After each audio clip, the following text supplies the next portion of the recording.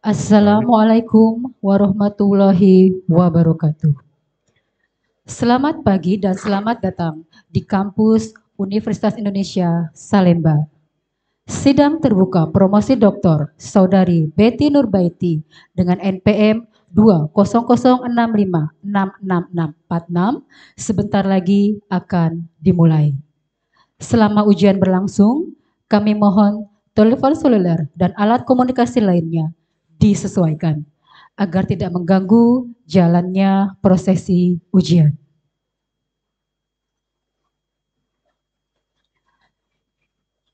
Hadirin undangan yang terhormat, tim penguji akan menuju ruang sidang. Tim penguji memasuki ruang sidang.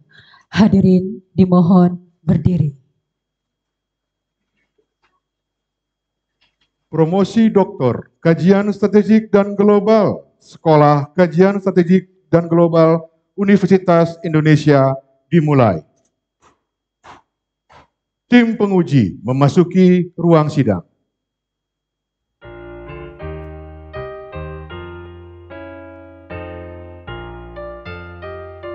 Gaudeamus igitur, Juvenes cum sumus.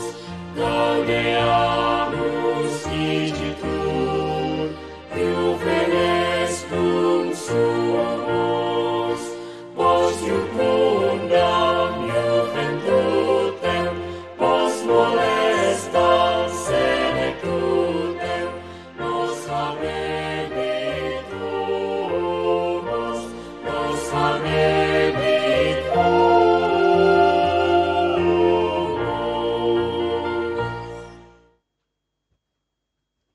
Hadirin dipersilakan duduk kembali.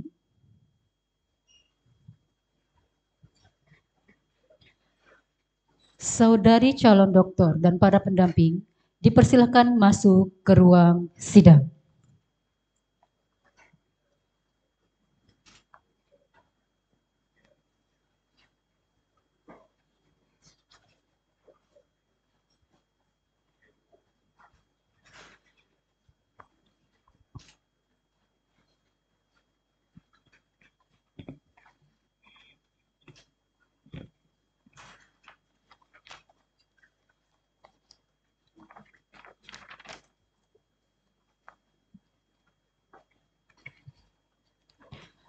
Ujian untuk memperoleh gelar doktor pada program studi kajian strategik dan global Sekolah Kajian Strategik dan Global Universitas Indonesia dimulai.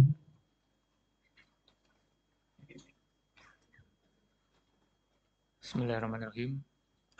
Atas nama Rektor Universitas Indonesia, sidang terbuka promosi doktor Universitas Indonesia dengan ini saya buka.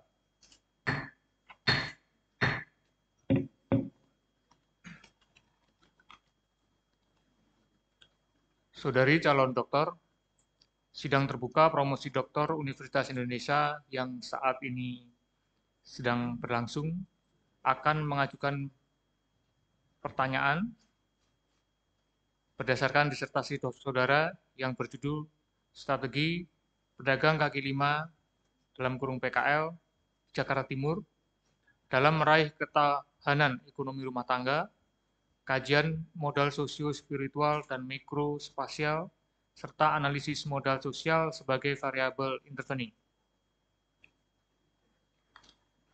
Selanjutnya, saya persilahkan Profesor Dr. Kemas Ridwan Kurniawan, MSc PhD, sebagai promotor untuk memulai acara ujian.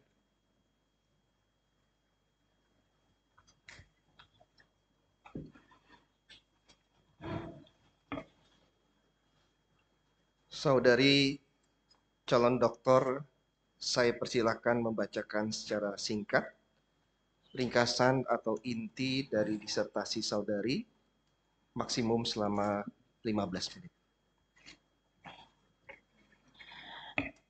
Yang terhormat, Promotor Profesor Dr. Kemas Ridwan Kurniawan, MSc PhD, perkenankan saya membacakan ringkasan atau inti dari disertasi saya sebagai berikut. Judul yang saya ambil adalah Strategi Modal Sosio-Spiritual dan Mikrospasial dalam meraih ketahanan ekonomi rumah tangga pedagang kaki lima Jakarta Timur melalui analisis modal sosial sebagai variabel intervening. Adapun tujuan penelitian yang saya lakukan terbagi menjadi dua, yaitu fase kuantitatif dan fase kualitatif. Pada fase kuantitatif, saya menganalisis pengaruh secara langsung antara modal sosial, lokasi berdagang, karakteristik sosiodemografi terhadap ketahanan ekonomi rumah tangga PKL. Selain itu, juga dianalisis pengaruh tidak langsung antara lokasi berdagang dan karakteristik sosiodemografi terhadap ketahanan ekonomi rumah tangga PKL melalui variabel intervening modal sosial. Dan pada fase kualitatif, saya menganalisis cara PKL mengembangkan serangkaian strategi terkait modal sosio-spiritual serta mikrospasial dalam meraih ketahanan ekonomi rumah tangga. Berdasarkan 280 artikel pada jurnal internasional yang saya pelajari, terdapat gap atau limitasi penelitian terdahulu, yaitu tidak membahas peran modal sosial yang dikaitkan secara simultan dengan ketahanan ekonomi rumah tangga PKL, belum memasukkan unsur karakteristik sosiodemografi dalam penelitian terkait modal sosial dan ketahanan rumah tangga PKL, belum memasukkan subdimensi modal sosial lainnya, yaitu kelompok dan jejaring, kohesi dan inklusi sosial, informasi, kepercayaan, serta solidaritas. Data yang digunakan hanya negara miskin, tidak ada perbandingan dengan hasil pengolahan data dari responden di negara berkembang dan atau negara maju, dan tidak membahas aspek pemberdayaan dan ketahanan ekonomi, serta sebagian besar belum menggunakan mixed method. Pendekatan penelitian ini menggunakan explanatory sequential method, di mana pada fase kuantitatif yang mendahului kualitatif, diambil data sejumlah 420 orang PKL di Jakarta Timur. Selanjutnya, pada fase kualitatif, saya melakukan observasi lapang melalui pendekatan partisipatori dengan wawancara mendalam terhadap 3 orang informan perwakilan PKL. Dan penelitian ini diharapkan menyumbangkan manfaat akademis dan praktis. Hipotesis penelitian pada fase kuantitatif adalah sebagai berikut. Terdapat pengaruh secara langsung antara modal sosial, lokasi berdagang, dan karakteristik sosiodemografi secara parsial terhadap ketahanan ekonomi rumah tangga PKL. Hipotesis selanjutnya, terdapat pengaruh secara tidak langsung antara lokasi berdagang dan karakteristik sosiodemografi terhadap ketahanan ekonomi rumah tangga PKL melalui variabel intervening modal sosial. Pada fase kualitatif, terdapat satu pertanyaan besar, yaitu bagaimana PKL mengembangkan rangkaian strategi terkait modal sosio-spiritual serta analisis mikrospasial dalam ketahanan ekonomi rumah tangganya. Pada gambar ini terlihat lokasi berdagang 420 orang PKL. Dari kiri ke kanan, yaitu lokasi binaan atau lokbin, lokasi sementara atau loksem, lokasi menetap atau lapak, serta lokasi asongan atau tidak tetap. Pengambilan 420 orang sampel PKL sebagai responden dilakukan berdasarkan multi-stage random sampling menggunakan indikator yang akan diteliti. Keberadaan PKL yang menggunakan fasilitas publik ini di Jakarta didorong adanya interaksi sosial antar individu, sehingga mereka mengokupasi ruang publik yang peruntukannya bukan untuk berjualan. Fenomena ini selaras dengan teori Henry Lefebvre dan Michael Carter dengan teori The Practice of Everyday Life dan Productions of Space. Seperti kita lihat pada gambar, fasilitas publik seperti trotoar, taman kota, hutan kota disediakan oleh Pemprov DKI bagi warganya agar nyaman berjalan kaki menikmati segarnya paru-paru kota Jakarta. Masyarakat dapat memanfaatkan fasilitas tersebut untuk berolahraga, beraktivitas sehari-hari, baik secara individu, berkelompok, maupun dengan keluarganya. Namun, kenyataannya PKL ini menempati ruang tersebut yang sudah menjadi keseharian mereka berjualan karena adanya demand dari masyarakat, juga kebutuhan PKL mencari nafkah. Penelitian ini dilakukan selama 6 bulan, dimulai dari 30 November 2021 hingga 27 Mei 2022, di mana dalam rentang 6 bulan tersebut masih dalam masa pandemi COVID-19. Berdasarkan profil responden dapat dilihat bahwa mayoritas PKL yang berjualan berada pada rentang usia 30 hingga 45 tahun atau usia produktif, dengan pendidikan SMA dan sederajat, lama berdagang kurang lebih 5 tahun. Sebagian besar PKL berada pada lokasi mangkal atau menetap dan menggunakan pedestrian saat berjualan.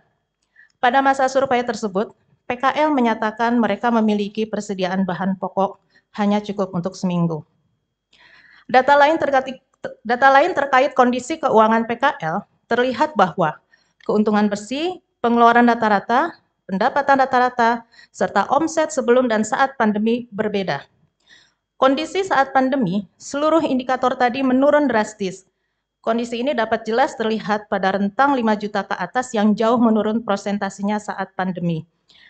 PKL menyatakan bahwa mereka sebagian besar membutuhkan modal pada kisaran 2,5 sampai 5 juta rupiah. Sumber bantuan modal yang mereka peroleh selama masa pandemi, 3 terbesar prosentasinya berasal dari pemerintah pusat, relasi atau kerabat, dan pemerintah daerah. Penelitian dengan menggunakan mix method ini menghasilkan 3 novelty yang dihasilkan dari fase kuantitatif dan kualitatif. Novelty dari fase kuantitatif dapat dilihat pada temuan dengan menggunakan uji Sobel, sehingga dapat disimpulkan bahwa ketahanan ekonomi PKL terjadi pada lokasi binaan yang diintervensi oleh modal sosial yang dimiliki pada komunitas PKL. Selanjutnya, dihasilkan juga fakta bahwa secara langsung pendapatan, tingkat pendidikan, dan status migran recent berpengaruh positif terhadap modal sosial secara parsial. Modal sosial juga berpengaruh positif terhadap ketahanan ekonomi PKL. Pada fase kualitatif, didapatkan novelty penelitian berupa modal sosio-spiritual. Penelitian mengenai modal sosio-spiritual sudah banyak dilakukan sebelumnya. Namun, pada studi ini, saya menemukan bahwa modal sosial dengan 6 subdimensi yaitu group and network, trust and solidarity, information and communication, collective action and cooperation, empowerment and political action, serta social cohesion and inclusion akan langgeng bertahan pada komunitas PKL karena adanya aspek spiritualitas. Modal sosial dan aspek spiritualitas saling berkelindan menjadi modal sosio-spiritual. Aspek spiritualitas yang dimaksud dalam hal ini adalah beyond of religiositas tanpa memandang aspek sara. Kebaruan penelitian selanjutnya adalah analisis spasial mikro, di mana saya menemukan kemampuan PKL meraih ketahanan ekonomi rumah tangganya dengan ruang atau space yang sangat terbatas. PKL mampu melakukan kegiatan pribadi atau domestik, kegiatan berproduksi dan berdagang dengan keterbatasan ruang. Analisis spasial mikro dilakukan melalui observasi dan wawancara mendalam dari 3 informan, mulai pemilik warteg, penjual bubur ayam, dan es campur kelapa muda. Ketiga nama informan tersebut adalah nama samaran memenuhi inform concern saya saat survei. Dari hasil uraian yang sudah dijelaskan sebelumnya, dapat diambil kesimpulan bahwa modal sosial berdampak positif terhadap ketahanan ekonomi rumah tangga PKL di Jakarta Timur. Hal ini tergambar pada 6 subdimensi, mulai dari kemudahan memperoleh modal secara berkelompok atau kekerabatan, adanya rasa percaya dan solidaritas sesama PKL, terjadinya aksi kolektif dan kerjasama yang positif, saling bertukar informasi melalui komunikasi sesama PKL, adanya kohesi dan inklusi sosial, serta terciptanya proses pemberdayaan di antara PKL dalam hal transfer knowledge keterampilan dan pengetahuan saat berdagang. Berikutnya dapat disimpulkan juga bahwa lokasi binaan sebagai program penataan PKL oleh Pemprov Jakarta berdampak positif terhadap ketahanan ekonomi rumah tangga PKL. Namun, perlu didorong agar lebih banyak PKL yang menempati lokasi binaan tersebut. Hal ini penting karena sebagian besar PKL masih berjualan secara sporadis. Di samping itu, pendapatan PKL terbantu oleh adanya pemasaran digital seiring kemajuan teknologi. PKL yang berstatus migran recent lebih berketahanan ekonomi karena adanya rasa senasib sepenanggungan. Kesimpulan terakhir yaitu, modal sosial berkelindan dengan aspek spiritualitas sehingga tercipta modal sosio-spiritual sebagai novelty penelitian yang menyempurnakan teori modal sosial Depa Narayan dan Michael Wolcock tahun 2016.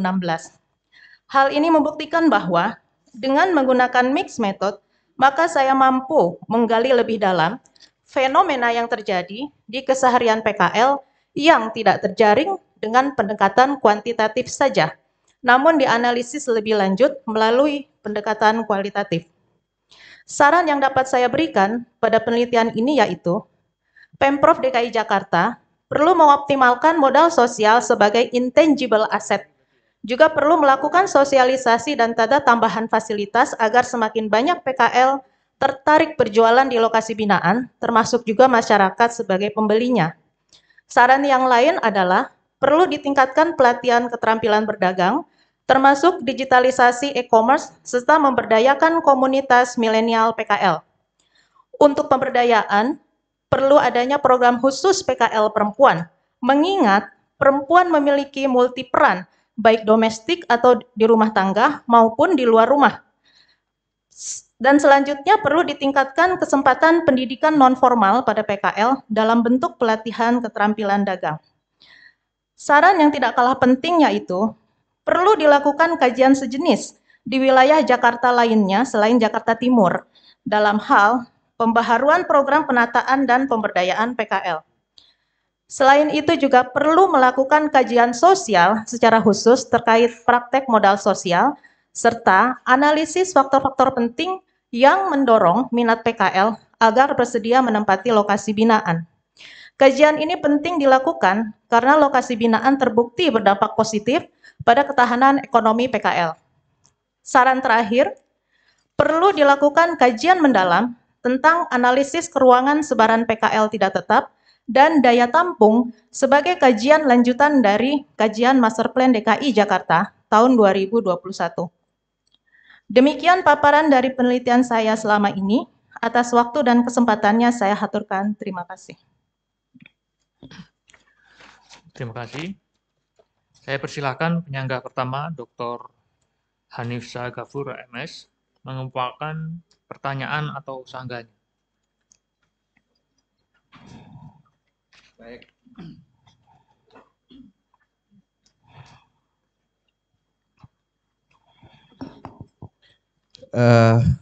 Terima kasih Bapak Ketua Sidang.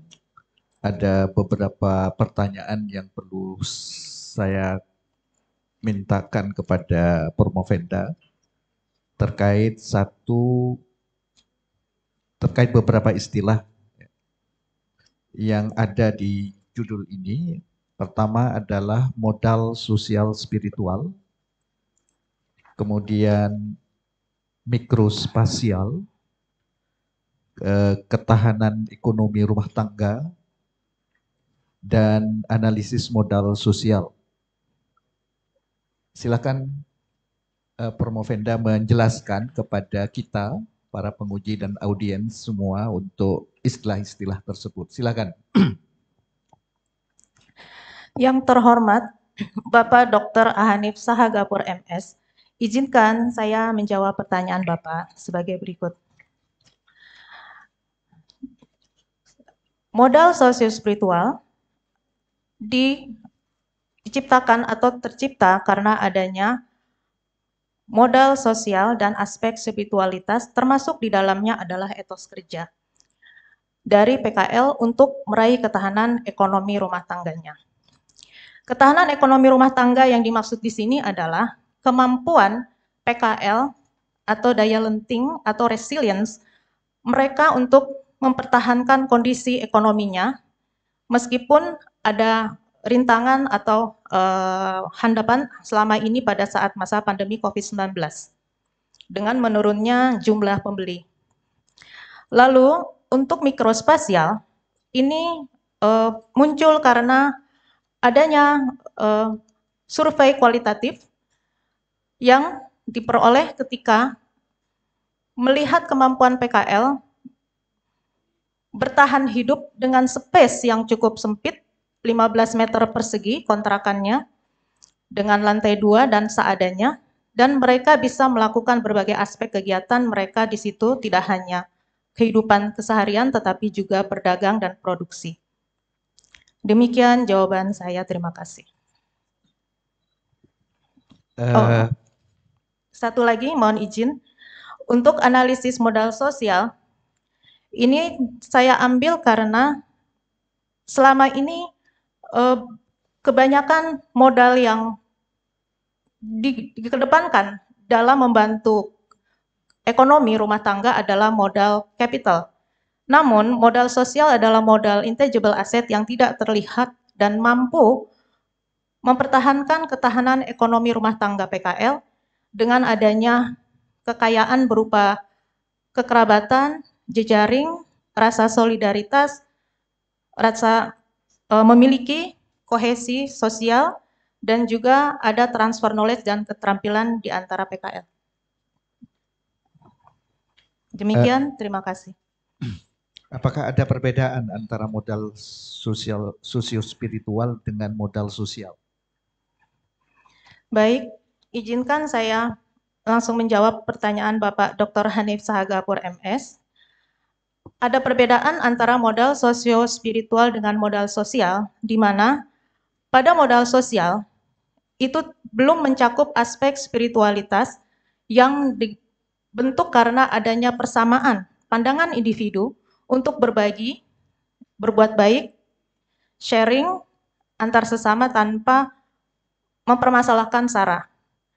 Sedangkan modal sosio-spiritual adalah modal sosial yang dimix atau berkelindan dengan aspek spiritualitas.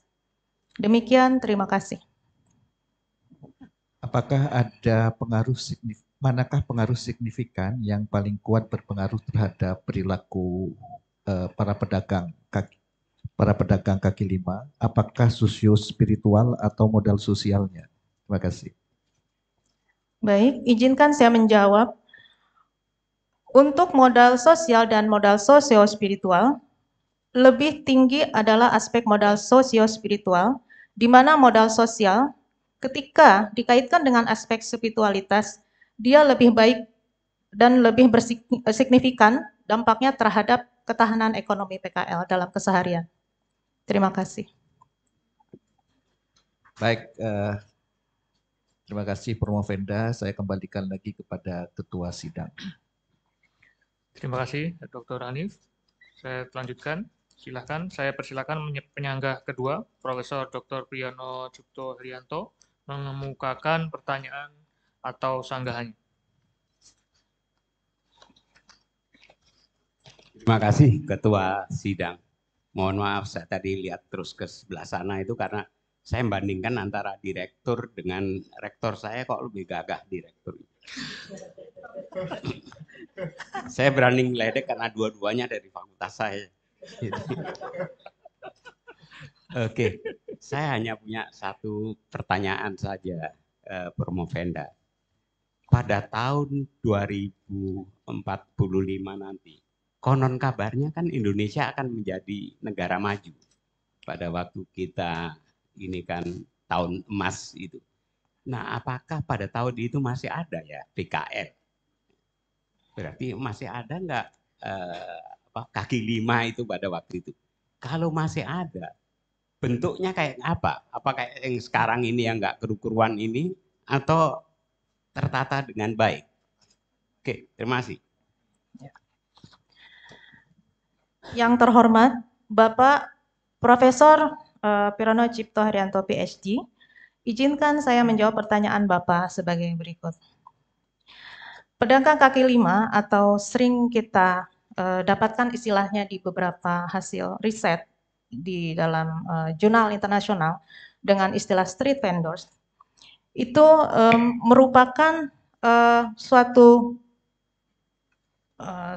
pekerjaan yang akan terus ada, namun dalam bentuk yang lebih baik tentunya. Sebagai contoh, dalam penelitian ini, saya juga membandingkan PKL di beberapa negara maju, seperti Singapura, Jepang, Hong Kong, dan juga ada beberapa di negara berkembang. Untuk negara maju, saja, mereka masih ada PKL tetapi kondisinya berbeda dengan PKL di negara berkembang termasuk di Jakarta. Dan juga di beberapa literatur lain saya temukan demikian. Karena PKL di beberapa negara tidak hanya berkembang saja tapi maju, itu membuka aspek lapangan kerja yang tidak terserap di sektor formal. Jadi PKL itu adalah suatu buffering atau penyangga ekonomi di semua negara pada saat satu kelompok masyarakat tidak terserap di sektor formal. Demikian, terima kasih. Terima kasih, Saudara Promovenda. Terima kasih, Pak Ketua. Terima kasih, Profesor Dr. Priyono Cipto Haryanto. Selanjutnya, saya persilahkan penyangga ketiga, Dr. Dadang Solihin, SEMA, mengemukakan pertanyaan atau sanggahannya. Terima kasih, Ibu Promovenda. Tarik napas dulu. Assalamualaikum warahmatullahi wabarakatuh. Selamat pagi, yang terhormat Ibu Metia Faridah Hatta yang hadir di sini. Kemudian tentu saja Bapak Ator Subroto, PhD selaku Ketua Sidang. Lalu Profesor Dr. Kemas Ridwan Kurniawan selaku promotor. Ibu Mia Siskawati selaku promotor 1. Bapak Dr. Hanif Sahagafur sebagai penguji 1. Bapak Profesor Dr. Priyono Cipto Haryanto, penguji 2. Bapak Dr. Ardi Aji selaku penguji 4. Biar Promovenda bernapas dulu. Bapak Dr. Rudi Parluhutan Tambunan selaku penguji 5. Bapak Dr. Palupi Lindiasari Samputra selaku penguji 6. Hadir juga di sini kolega saya, Bapak Jenderal Polisi Purnawirawan Budi Sarjono. Hadirin sekalian, izinkan saya untuk mengucapkan selamat atas keberhasilan Promovenda mencapai puncak dari penelitian tentang topik yang menarik ini. Saya memuji dedikasi, ketekunan, dan komitmen Promovenda dalam penelitian ini. Saya mengakui investasi waktu dan upaya yang signifikan telah Promovenda lakukan. Ada beberapa pertanyaan. Yang pertama adalah, mengapa Promovenda memilih fokus pada pedagang kaki lima di Jakarta Timur? Apa istimewanya Jakarta Timur, Bu? Kemudian yang kedua, bagaimana penelitian Promovenda berkontribusi pada pengetahuan dan pemahaman tentang kaki lima ini? Dan apa manfaatnya bagi Pemda DKI Jakarta? Lalu yang ketiga, berdasarkan temuan Promovenda, sebetulnya tadi sudah disampaikan, ya, rekomendasi apa yang dapat dibuat untuk pedagang kaki lima di Jakarta Timur untuk meningkatkan strategi mereka dan mencapai ketahanan ekonomi yang lebih baik? Demikian, terima kasih.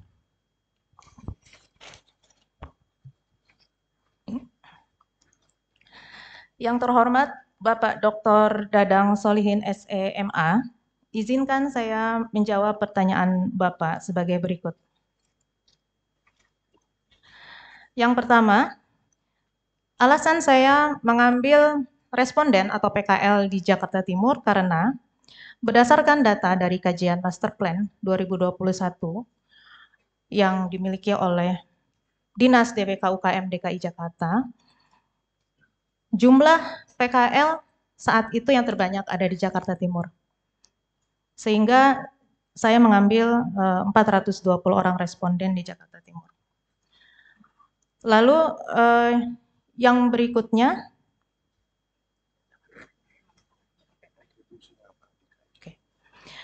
ya, tentunya kontribusi ada dua. Yang pertama adalah secara akademis. Diharapkan penelitian saya mampu menambah cakrawala terkait penelitian sebelumnya tentang kehidupan PKL.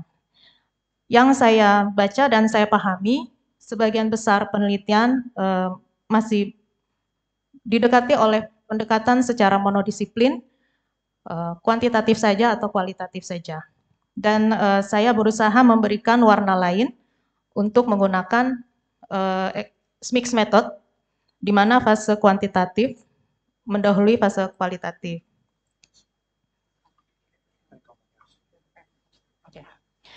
Dan yang berikutnya, rekomendasi pada Pemprov DKI Jakarta adalah seperti yang telah saya sampaikan bahwa sebenarnya Pemprov DKI sudah banyak upaya untuk menata PKL, namun ada PR atau ada tugas lain untuk Pemprov.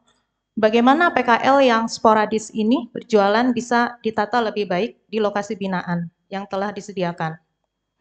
Dan selain itu, masih banyak peluang lain sebenarnya, di mana saya mengetahui sendiri melalui Ibu Kepala Dinas DPK UKM DKI Jakarta, yaitu Ibu Ratu, bahwa Pemprov DKI sudah menghimbau kepada pemilik mal atau pusat perbelanjaan untuk memberi space atau ruang bagi PKL yang berjualan di sekitarnya, agar masuk ke dalam entah lapangan parkir atau ada space di dalam mall yang telah digunakan kurang lebih 3-5% di situ. Dan menurut saya PKL ini memang menjadi fenomena yang tidak akan habis dibahas, karena selama ada kebutuhan, selama ada interaksi sosial, terutama selama mereka membutuhkan mencari kehidupan atau nafkah di sektor informal, maka PKL ini sebenarnya akan menjadi buffering tadi saya sampaikan, penyangga ekonomi, terutama di saat krisis bagi mereka yang tidak terserap di sektor formal. Demikian, terima kasih. Ya, terima kasih, Bu. Terima kasih, Dr. Dadang Solihin SMA. Selanjutnya saya persilahkan penyangga keempat, Dr. Ardi Aji, mengemukakan pertanyaan atau sanggahannya. Assalamualaikum warahmatullahi wabarakatuh. Selamat. Promopenda, saya ucapkan selamat sudah tahap akhir ini ya. Tetapi pasti di dalam semua proses ini banyak tantangan. Jadi saya mencoba mengkritisi dari sisi lokasi binaan. Di sini saudari menyimpulkan lokasi binaan berdampak positif terhadap ketahanan ekonomi rumah tangga. Namun minat PKL untuk bersedia menempati Lokbin masih menjadi cenderung rendah. Kemudian di model saudari itu terbukti ditunjukkan dari model intervening ya, bahwa lokasi binaan signifikansinya 0,091 ya, yang berhubungan berdampak menjadi variabel intervening terhadap modal sosial, terhadap tingkat kesejahteraan. Sedangkan kalau direct ya, direct dia itu lebih tinggi ya, lokasi binaannya terhadap tingkat kesejahteraan. Jadi secara umum ini kan menunjukkan bahwa pesannya lokasi binaan ini bisa meningkatkan kesejahteraan bagi bagi para pedagang kaki lima. Nah, pertanyaannya ya, berdasarkan kesimpulan saudara tadi ya, dan berdasarkan hasil model saudara ya, berdasarkan model saudari, bagaimana peran ya infrastruktur fisik lokasi binaan plus infrastruktur sosial yang harusnya ditingkatkan di lokasi binaan agar pedagang kaki lima di DKI Jakarta ini itu bisa bertahan dan bisa lebih baik ke depannya. Mungkin silakan jelaskan berdasarkan hasil modeling yang saudara kerjakan. Terima kasih. Yang terhormat, Bapak Dr. Ardi Aji, izinkan saya menjawab pertanyaan Bapak sebagai berikut. Lokasi binaan adalah satu lokasi yang sudah tertata, di mana Pemprov DKI sudah menyediakan cukup lengkap, baik air bersih maupun listrik, dengan biaya yang sangat terjangkau. Hanya Rp5.000 sehari, jadi kalau sebulan itu Rp150.000.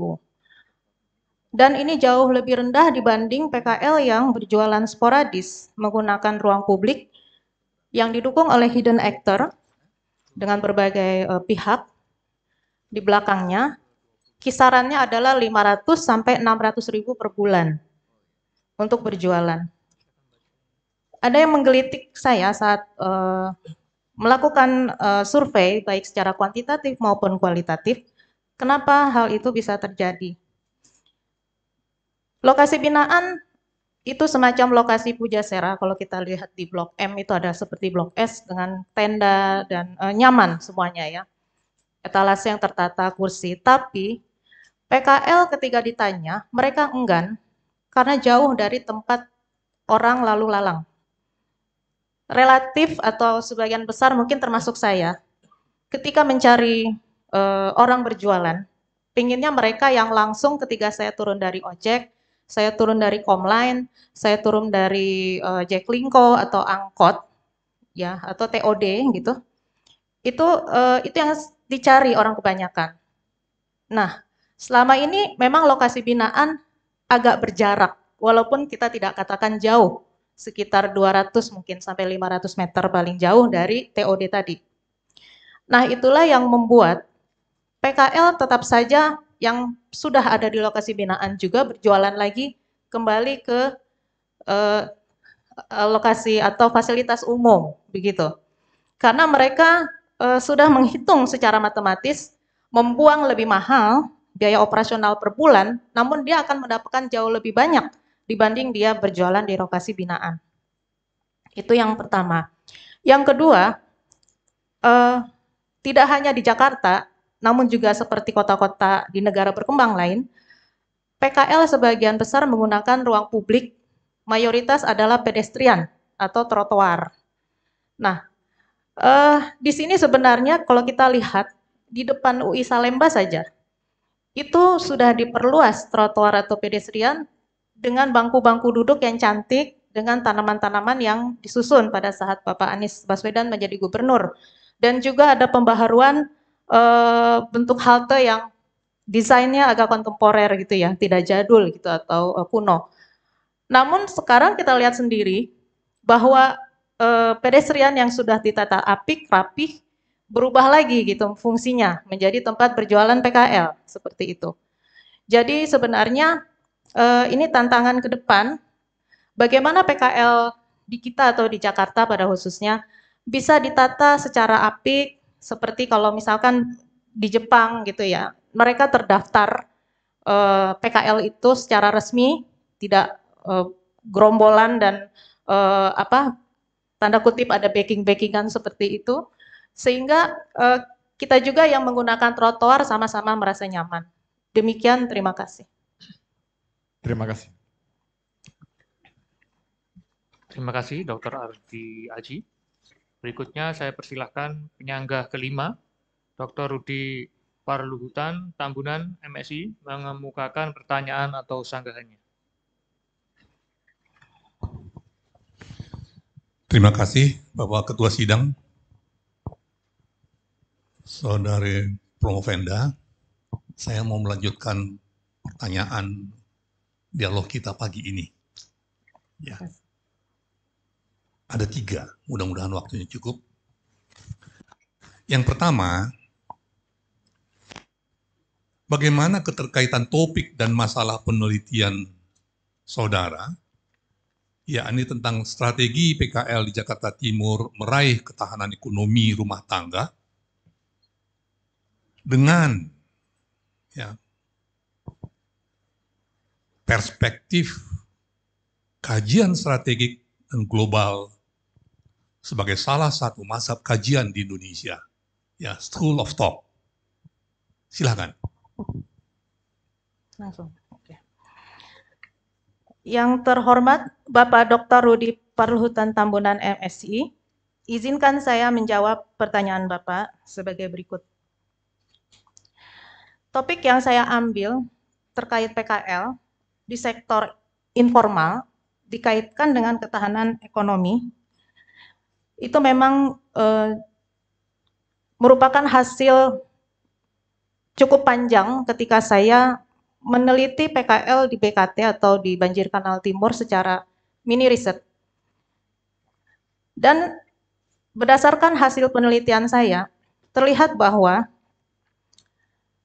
PKL ini merupakan penyelamat krisis karena mampu mengurangi tingkat pengangguran, memberikan lapangan pekerjaan, terutama bagi mereka yang pada saat pandemi itu di PHK di kantornya, dan bahkan banyak mereka itu PKL yang educated, seperti itu. Untuk itu saya tertarik sekali dengan penelitian ini karena masalah ketahanan ekonomi itu tidak hanya saja ditinjau pada saat saya sedang mengalami pandemi, tetapi juga sepanjang manusia hidup, itu merupakan suatu tema yang cukup luas karena mencakup pemenuhan kebutuhan terhadap basic need atau kebutuhan dasar, kebutuhan manusia terhadap sandang, pangan, dan kesehatan serta pendidikan. Jadi jika suatu individu atau kelompok dalam hal ini PKL terguncang ketahanan ekonominya, maka itu akan membahayakan kehidupannya, tidak hanya pemenuhan dasar makan, minum, tempat berteduh, tetapi juga terkait pendidikan, keluarganya, anak-anaknya, juga kesehatannya. Seperti itu. Nah, kesemua aspek itu termuat dalam poin SDGs. Nah, SDGs itu masuk dalam kajian strategik dan global. Jadi, saya sangat berterima kasih dan bersyukur bisa kuliah atau menuntut ilmu untuk doktor yang kedua kali di SKSG yang lebih luas, lebih global dalam menganalisis dan membahas satu fenomena. Demikian, terima kasih. Baik, saya lanjutkan. Yang kedua, saudara merumuskan kesimpulan yang keempat. Terkaitlah di situ beberapa novelty, temuan-temuan baru yang saudara temukan. Bisakah saudara jelaskan mana kira-kira yang sangat signifikan dengan kondisi dan permasalahan penelitian-penelitian PKL di Indonesia? Silakan. Baik. Izinkan saya menjawab pertanyaan Bapak selanjutnya. Novelty saya ada 3 yang dihasilkan berdasarkan penelitian kuantitatif dan kualitatif. Tentunya yang pertama ketika menjalankan atau menyelesaikan fase pertama yaitu kuantitatif, saya melihat bahwa modal sosial sangat signifikan dalam mempertahankan ketahanan ekonomi rumah tangga PKL. Jadi jika selama ini kalau kita berpikir orang yang tidak mampu atau orang miskin itu bisa naik kondisi ekonominya hanya dengan dikasih modal, dikasih bantuan, itu tidak tepat. Karena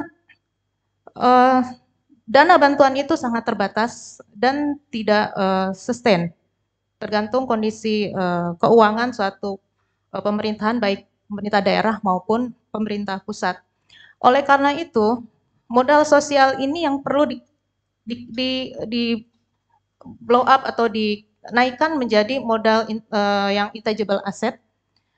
Dan ketika survei di Jakarta, saat mereka tidak ada pelanggan, saat kita semua di lockdown, kita PSBB, saya melihat bahwa ada fenomena yang menarik dan di sini ada aspek spiritualitasnya, saling menolong sesama insan gitu. Para PKL itu bisa meminjamkan bukan uang, tetapi keterampilannya, gerobaknya, kepada sanak kerabatnya, bahkan meminjam beras, gitu. Jadi ini luar biasa, yang saya tidak dapatkan selama ini di DKI Jakarta. Biasanya kondisi itu ada di kampung halaman, gitu ya. Jadi seperti itulah novelty yang pertama yang saya dapatkan, bahwa modal sosial itu sangat signifikan terhadap ketahanan ekonomi. Lalu untuk aspek modal sosio-spiritual, saya melihat lagi dan saya sempat berkomunikasi dengan Depa Narayan dan Wolcock, ini peneliti World Bank, bahwa saya menyatakan dalam email itu ada temuan yang menarik pada penelitian saya pada saat menggunakan teori Anda gitu. Nah, itu adalah aspek spiritualitas yang lebih mensupport terjadinya modal sosial di PKL, khusus PKL waktu itu saya katakan. Nah, dan spiritualitas di sini juga saya berusaha mencari dari berbagai literatur sampai mendapat kesimpulan bahwa beyond of religiositas, karena di sini tidak mengenal suku apa, agama apa, gitu ya. Dan itulah yang membuat mereka saling tolong-menolong, bantu-membantu, ada kohesi sosial, even pun dia tidak pernah kenal atau tidak sekampung tadinya, tapi senasib sepenanggungan. Itu temuan berikutnya pada saat fase kualitatif atau dalam bentuk modal sosio-spiritual. Yang tadi saya sampaikan, menyempurnakan teori dari Michael dan Woodcock, 2016. Lalu berikutnya adalah temuan analisis mikrospasial. Saya sangat bersyukur juga disupport oleh promotor dan kopromotor Prof. Kemas terkait ruang publik dan Mbak Mia PhD terkait kualitatifnya, bahwa dihasilkan adanya temuan bahwa ketahanan ekonomi PKL itu dilihat dari aspek space. Kita bisa membayangkan bagaimana dengan uang listrik 300.000 itu bisa hidup 1 bulan di Jakarta, PKL itu rumah tangga. Mereka bergantian menggunakan lampu untuk belajar, saat untuk berproduksi, dan mereka juga menghemat air untuk token listrik, dan mereka juga menghemat biaya sewa tentunya. Untuk space 15 meter persegi itu biasanya 2 lantai dengan tangga seperti tangga bambu, tangga tukang gitu ya. Nah, dan yang untuk warteg tadi itu space-nya adalah 30 meter persegi. Kita dapat bayangkan mereka belajar di situ, anaknya belajar Zoom saat pandemi, ibunya masak, balik badan ibunya melayani pelanggan, dan itu luar biasa. Mereka bisa bertahan dengan kondisi seperti itu dengan space yang sangat kecil, mikro. Jadi itulah temuan selanjutnya terkait analisis mikrospasial. Terima kasih. Baik, mudah-mudahan masih ada waktu. Yang ketiga, saudara menyimpulkan bahwa para pedagang kaki lima itu enggan berdagang di Lokbin. Bolehkah saya mengatakan bahwa mereka enggan berdagang di Lokbin, padahal Lokbin itu adalah sarana dan prasarana lingkungan yang di-provide oleh pemerintah bagi mereka? Bolehkah saya katakan berarti ini adalah satu skema pemerintah daerah yang gagal untuk membantu PKL? Silakan. Terima kasih. Izinkan saya menjawab pertanyaan atau pendapat dari Bapak Dr. Rudi Parutan Tambunan MSI. Jadi sebenarnya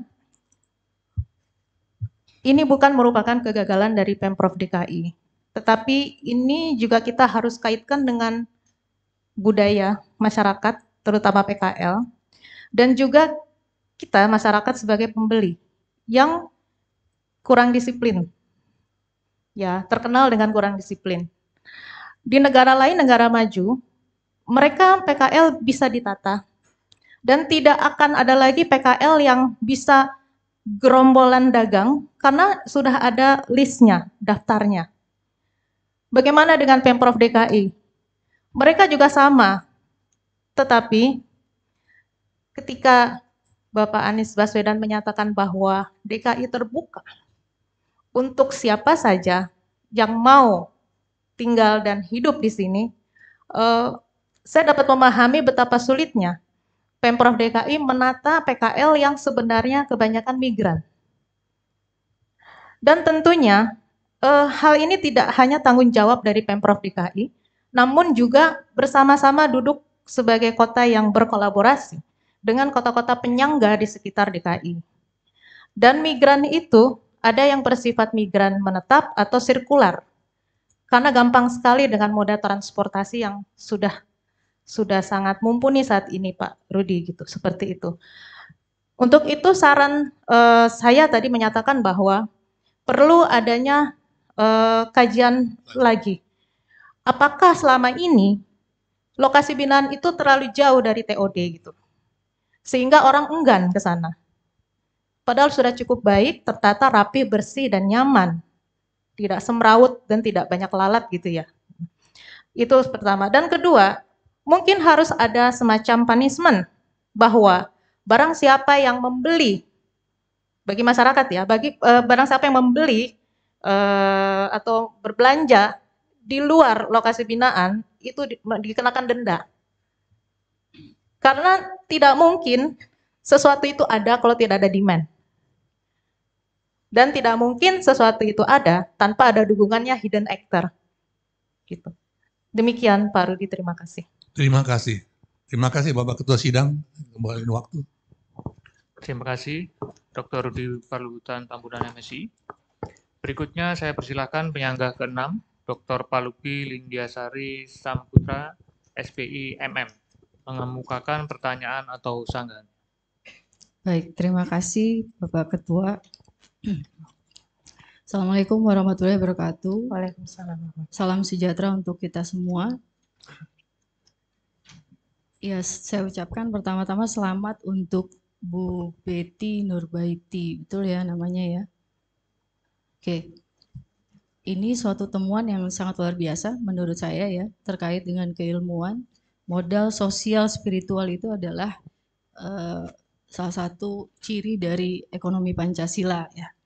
Jadi ini suatu temuan yang sangat berharga bahwa kita tahu di tingkat PKL tadi ya, ternyata sistem ekonomi yang berjalan itu bukan berbasis modal kapital ya. Tapi sayangnya memang di tulisan ini tidak menusuk ke arah ekonomi Pancasila gitu ya. Tapi ini suatu temuan baru yang nantinya bisa menjadi kontribusi pembuktian bahwa ekonomi Pancasila itu sangat relevan ya, khususnya di UKM ya atau UMKM.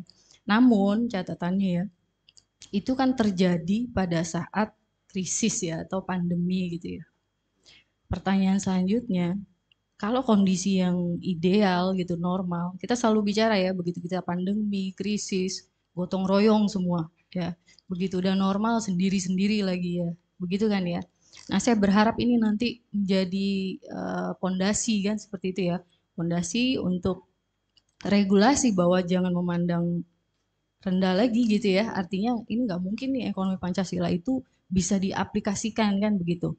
Nah, pertanyaan saya, jika Bu Betty menjadi pemimpin DKI, angan-angan ya. Ya.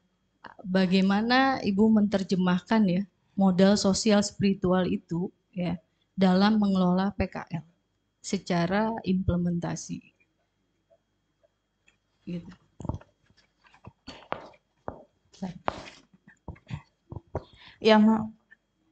Yang terhormat Ibu Dr. Palupi Lindia Samputra, SPI MM, izinkan saya menjawab pertanyaan Ibu sebagai berikut.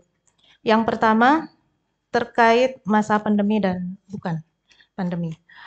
Jadi sebenarnya penelitian saya ini merupakan kelanjutan penelitian saya sebelumnya yang sudah saya paparkan pada internal conference pada event ICSGS di Kuala Lumpur, Malaysia, terkait pedagang kaki lima yang ada di bantaran BKT, Banjir Kanal Timur. Nah, seperti itu.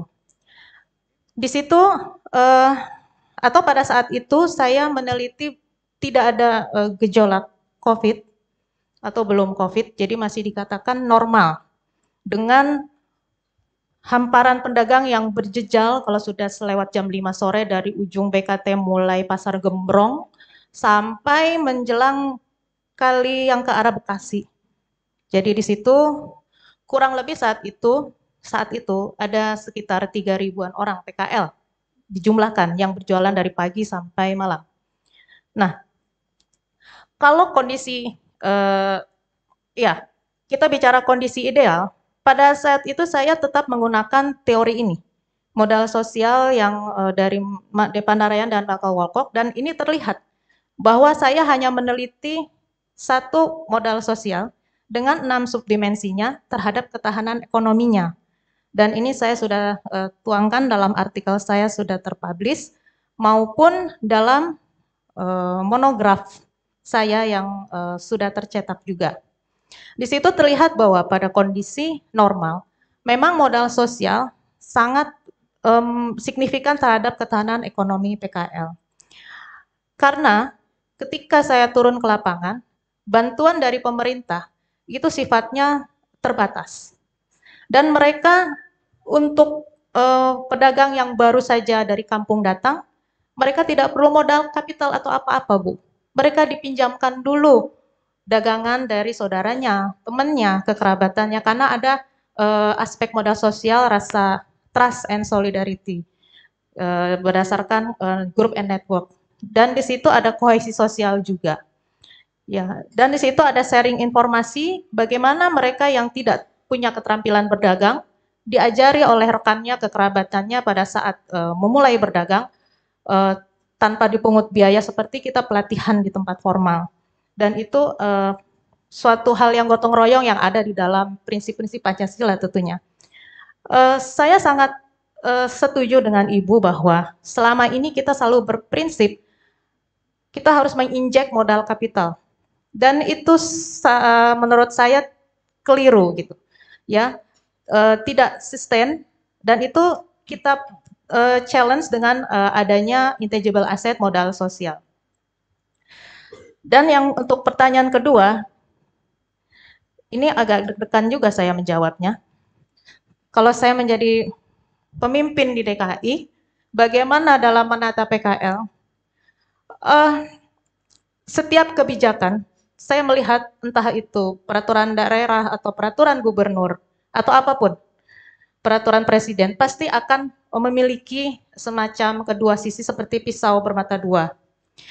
Tentunya peraturan ini tidak akan berarti apa-apa tanpa realisasi di lapangan bagaimana bisa menerapkan aturan ini secara konsisten, tegas, dan tentunya sesuai sasaran. Jika boleh saya merujuk pada pemimpin DKI, sebenarnya saya merefer Bapak Ali Sadikin ketika memimpin DKI. Dan seperti operasi justisi itu juga perlu dilakukan.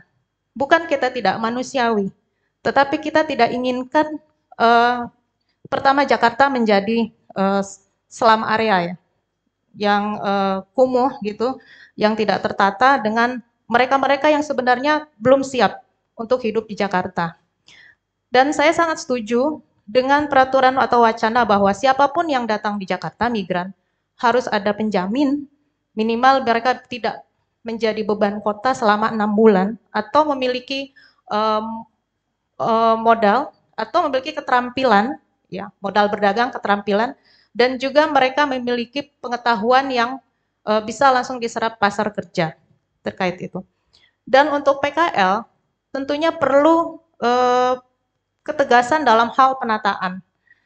Jadi selama ini PKL sudah di list, sudah didata, tetapi itu tadi karena adanya support dari hidden actor yang membuat aturan bisa diatur begitu.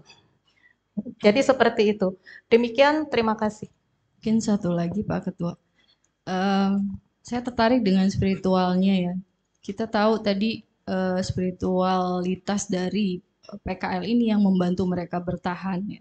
Tapi di satu sisi mereka ini sulit diatur PKL-nya ya, tapi punya sisi spiritual.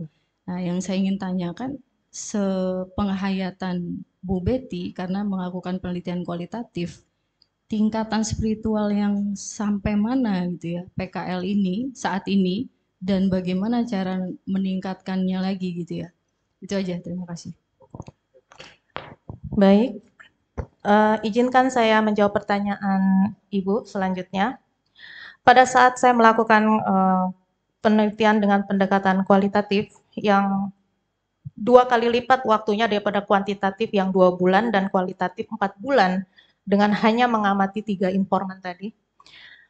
terlihat 3 informan dengan kerabatnya memiliki kesamaan aspek spiritual dalam hal yang pertama adalah rasa senasib sepenanggungan, rasa gotong royong, saling percaya, dan saling membantu.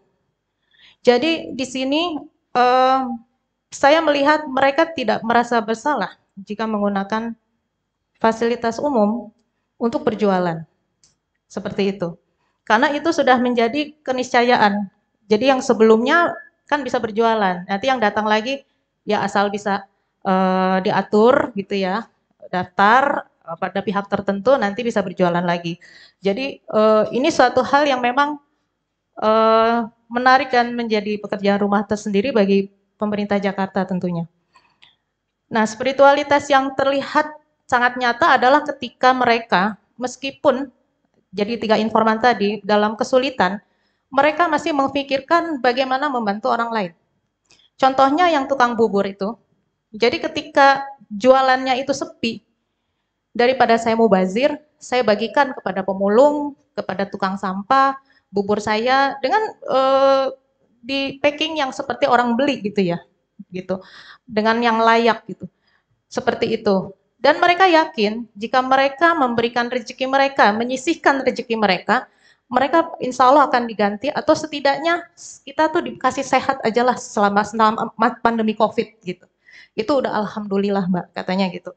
Itu yang pertama. Terus yang berikutnya adalah ketika berjualan saat sholat Jumat.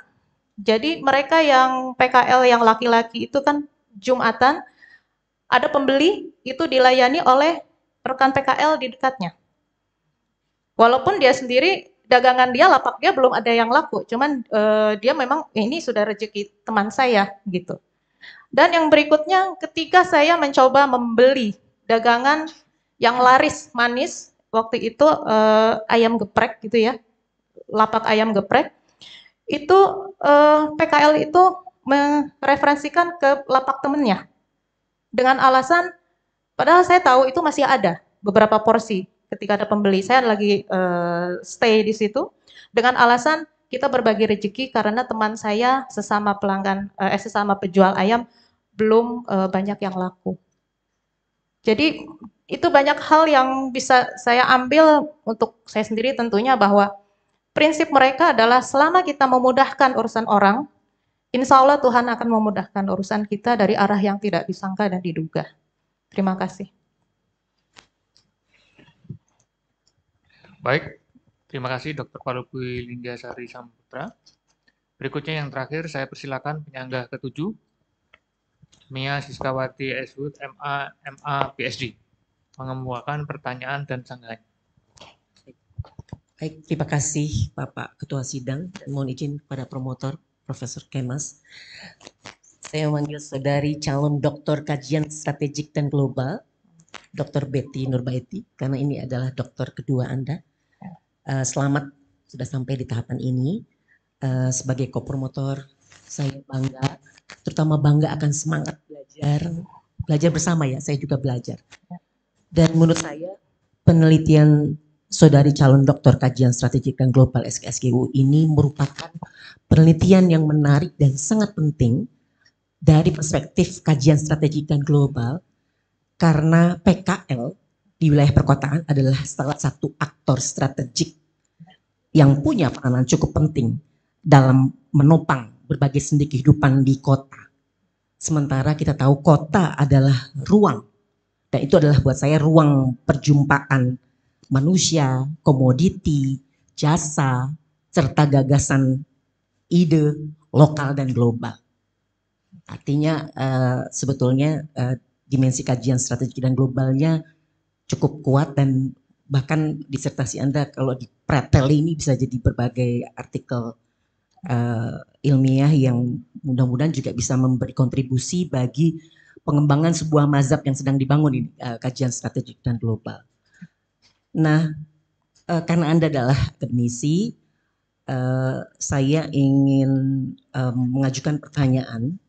Apa usulan saudari calon doktor kajian strategik dan global, saudari Betty Nurbaiti, usulan tentang penelitian akademik selanjutnya terutama menindaklanjuti kontribusi teoretik Anda yang Anda sebut sebagai novel, ada 2 novelty yang Anda sebut, antara lain terkait dengan temuan modal sosial spiritual yang itu melengkapi teorinya Narayan dan Woolcock, dan juga analisis mikrospasial. Dalam arti adalah bahwa analisis mikrospasial Anda lakukan itu juga melengkapi pemikiran Lefebvre tentang ruang ya, terutama produksi ruang, terutama yang praktek sosial. Nah ini bagaimana lanjutannya, terutama saya ingin melanjutkan apa yang disampaikan oleh Ibu penguji sebelumnya, Ibu Dr. Palupi, terutama untuk menggali relasi antara modal sosial spiritual, kemudian praktek ruang, termasuk tentu ruang di tingkat mikro, dalam kaitannya dengan, saya nggak mau mengatakan kepatuhan atas kebijakan, tapi pemahaman mereka tentang penataan ruang yang sedang dilakukan oleh pemerintah kota. Lebih ke bagaimana kemudian usulan Anda atas penelitian akademik selanjutnya, karena penelitian Anda menjadi salah satu cikal bakal dari tadi ya pemikiran kajian strategik dan global, khususnya di wilayah kota sebagai ruang perjumpaan lokal dan global, dan aktor PKL adalah aktor strategik. Terima kasih. Ya. Terima kasih. Yang terhormat Ibu Mia Siskawati S. Hud, MA, PhD. Izinkan saya menjawab pertanyaan Ibu sebagai berikut. Yang pertama, dari sisi akademisi,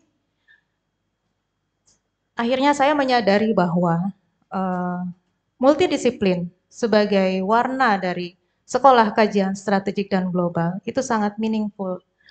Karena selama ini terus terang saya adalah penganut paham kuantitatif saja. Di mana ketika hasil dari kuantitatif didapatkan, terlihat atau terasa masih mengambang pada saat bagaimana dalam realisasinya di lapangan. Untuk itu, kenapa saya sekolah lagi di S3 Strategi Kajian dan Global, karena saya ingin menggali lebih lanjut dari insight induktif atau kualitatif, seperti itu. Dan saya sangat bersyukur Ibu Mia sangat telaten membimbing,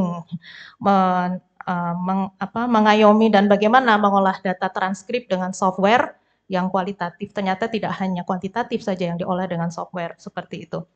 Dan saran yang bisa saya berikan untuk penelitian selanjutnya adalah seluruh aspek, karena ini adalah kajian strategi dan global, seluruh aspek yang akan diteliti hendaknya tidak hanya ditinjau dari satu sisi saja, namun dari berbagai aspek. Dan saya sangat menyarankan bahwa kajian strategik dan global nantinya, mungkin saat ini masih belum ada kekhususan atau pemecahan konsentrasi di S3, tidak seperti di S2. Mungkin nantinya sebaiknya ada konsentrasi-konsentrasi seperti S2 gender, perkotaan, dan sebagainya. Meskipun saat ini walaupun belum ada, kita masih bisa menimba ilmu sit-in di S2 SKSG sesuai dengan tema penelitian kita. Itu sangat penting, mengingat juga ketika saya menyelesaikan disertasi ini, saya sit-in di kajian gender, tempat prodi Ibu, saya juga sit-in di beberapa mata kuliah, juga di ketahanan nasional, dan dari situlah kita bisa lebih komprehensif mengolah atau bisa menyusun disertasi ini. Mungkin itu saran yang bisa saya sampaikan. Lalu berikutnya,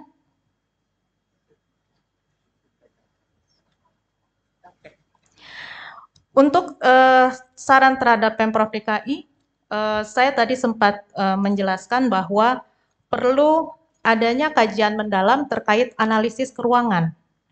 Karena selama terkait analisis keuangan sebaran PKL, terutama yang tidak tetap, yang sporadis, dengan daya tampung yang ada.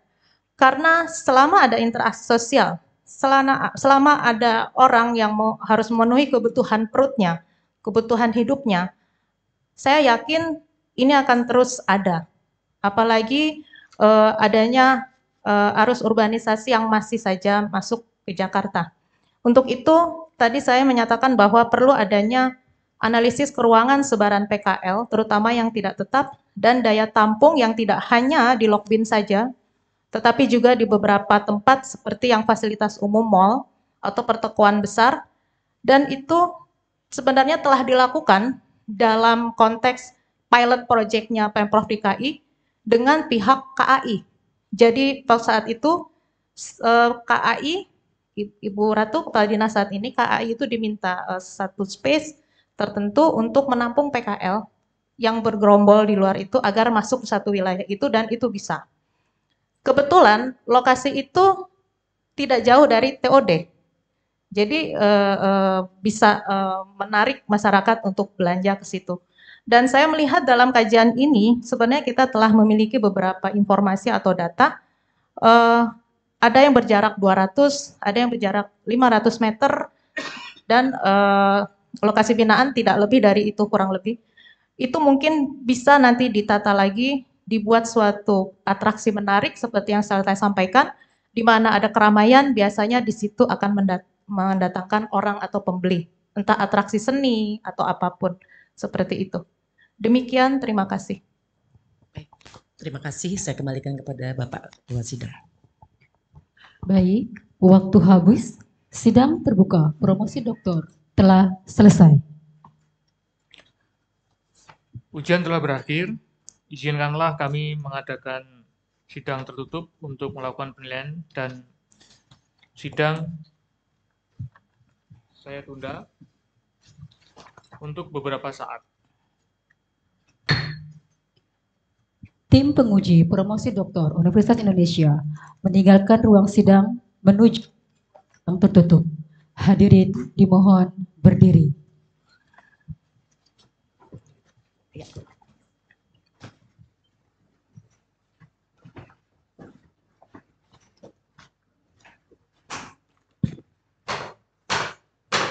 Tim penguji meninggalkan ruang sidang.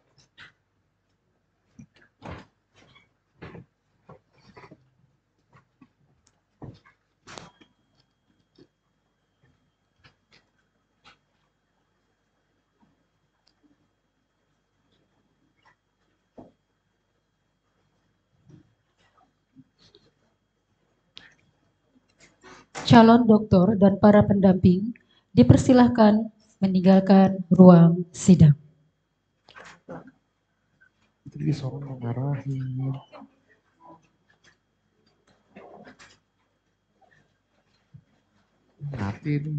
Hadirin dipersilakan duduk kembali. Kami mohon hadirin yang terhormat agar menunggu sejenak.